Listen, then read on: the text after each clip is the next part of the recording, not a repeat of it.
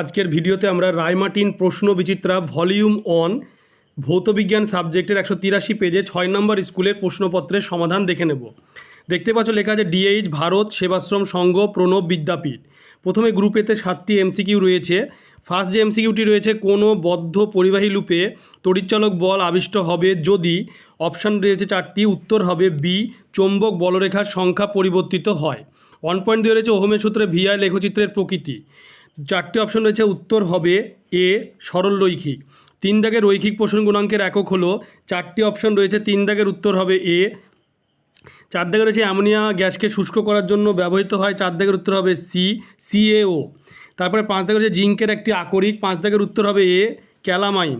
6 দাগে রয়েছে এসটিপিতে 14 গ্রাম নাইট্রোজেন গ্যাসের আয়তন কত, 6 দাগের উত্তর হবে সি, 11.2 লিটার। 7 দাগে রয়েছে তড়িৎ বিশ্লেষণ প্রক্রিয়ায় তড়িৎ পরিবহন করে, এটার উত্তর হবে বি, আয়ন। হয়ে গেল গ্রুপ এর 7টি এমসিকিউ। এরপরে যে প্রশ্ন রয়েছে গ্রুপ বিতে, সেই গ্রুপ বি এর প্রশ্নোত্তরের সমাধান আমরা দেখে নেব। প্রথমে 2.1 দাগে রয়েছে শূন্যস্থান পূরণ করো, গ্যাসের আণবিক গুরুত্ব সমান 2 গুণ, এই প্রশ্নের উত্তর হবে বাষ্প ঘনত্ব। এরপরে রয়েছে 2.1 এর পরে 2.2 দাগে সত্য না মিথ্যা লেখো, তামা, ইনভার ও লোহার মধ্যে লোহার রৈখিক পোষণ গুণাঙ্ক সর্বনিম্ন। 2 পয়েন্টের উত্তর হবে মিথ্যা।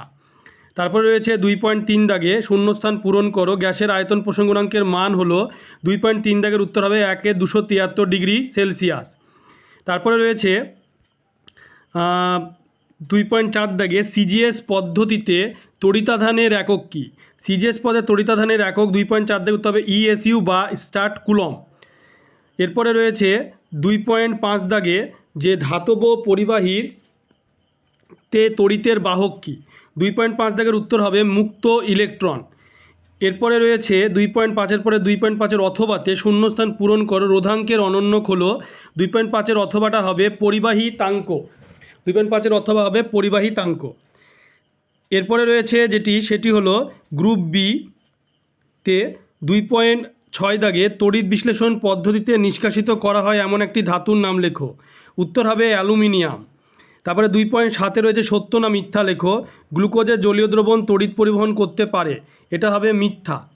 অথবাতে রয়েছে শূন্যস্থান পূরণ, তামার প্রলেপ দিতে ড্যাশপাতকে অ্যানোড রূপে ব্যবহার করা হয়, এটা হবে বিশুদ্ধ তামার পাতকে। তারপরে রয়েছে 2.7-এর পরে 2.8 দাগে অ্যামোনিয়া জলীয় দ্রবণের সংস্পর্শে লিটমাসের বর্ণের কী পরিবর্তন হয়। 2.8 দাগের উত্তর হবে লাল লিটমাস নীল বর্ণের হয়। 2.8-এর অথবাতে রয়েছে নেসলার বিকারক কী। নেসলার বিকারক হচ্ছে পটাশিয়াম মার্কিউরিক আয়োডাইডের ক্ষারীয় দ্রবণকে নেসলার বিকারক বলে। এরপরে রয়েছে 2.9 দাগে থার্মিট পদে বিজারক হিসাবে কী ব্যবহার করা হয়। 2.9 দাগে হবে অ্যালুমিনিয়াম চূর্ণ। এরপরে রয়েছে যে গ্রুপ সিতে যে প্রশ্নের উত্তরের সমাধান আমরা দেখে নেব। তো প্রথম প্রশ্নটি রয়েছে 440 ওহম রোধের বাতিকে 220 ভি মেন্সে 10 ঘন্টার জন্য যুক্ত করা হলো, ব্যয়িত তড়িৎ শক্তির পরিমাণ বিওটি এককে নির্ণয় করো। এই প্রশ্নের উত্তরটি আমরা দেখে নেব। প্রথমে দেখা যাচ্ছে আর মানে 440 ওহম, বিভব হচ্ছে 220 ভি, সময় হচ্ছে 10 ঘন্টা। তো এখানে P is equal to V square by R, তাহলে 220 স্কোয়ার বাই 440, তাহলে 220 স্কোয়ার মানে 4000 মানে 48,400 বাই 440, কাটাকুটি করে হচ্ছে 110 ওয়াট। তাহলে equal to P into T, তাহলে পি হলো কত আমরা বের করলাম 110, আর সময় হচ্ছে টি 10, তাহলে গুণ করলে 1100 ওয়াট ঘন্টা। এবার 1100 ওয়াট ঘন্টাকে কিলোওয়াট ঘন্টা করার জন্য একে 1000 দিয়ে ভাগ করতে হবে। ভাগ করলে বেরোচ্ছে কত 1.1 কিলোওয়াট ঘন্টা। 1 কিলোওয়াট ঘন্টা সমান হচ্ছে 1 বিওটি, তাহলে কত বিওটি 1.1 বিওটি ইউনিট, এটা হলো উত্তর।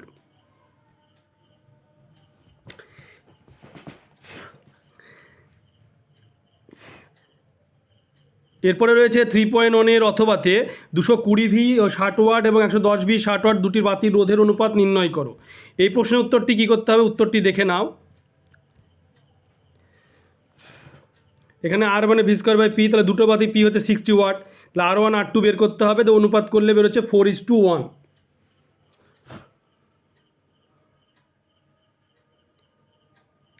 এরপরে রয়েছে যে প্রশ্ন, সেটি হলো 3.2 দাগে লেড অ্যাসিডের দ্রবণে H2S গ্যাস পাঠালে যা ঘটবে তা ভৌত পর্যবেক্ষণ ও সমীকরণ সহ লেখো।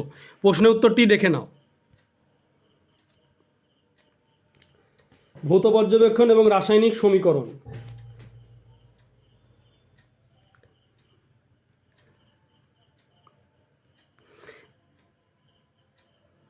এরপরে রয়েছে গ্রুপ সি এর পরে রয়েছে যে তোমার নাইট্রোলিমের প্রস্তুতি শর্ত বিক্রিয়ার সমীকরণ লেখো, 3.2-এর অথবা।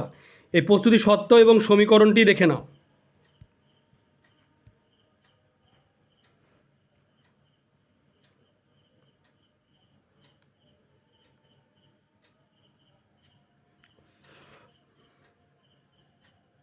এরপরে রয়েছে 3.3-তে অ্যালুমিনিয়াম ও কপারের একটি করে আকরিকের নাম ও সংকেত লেখো।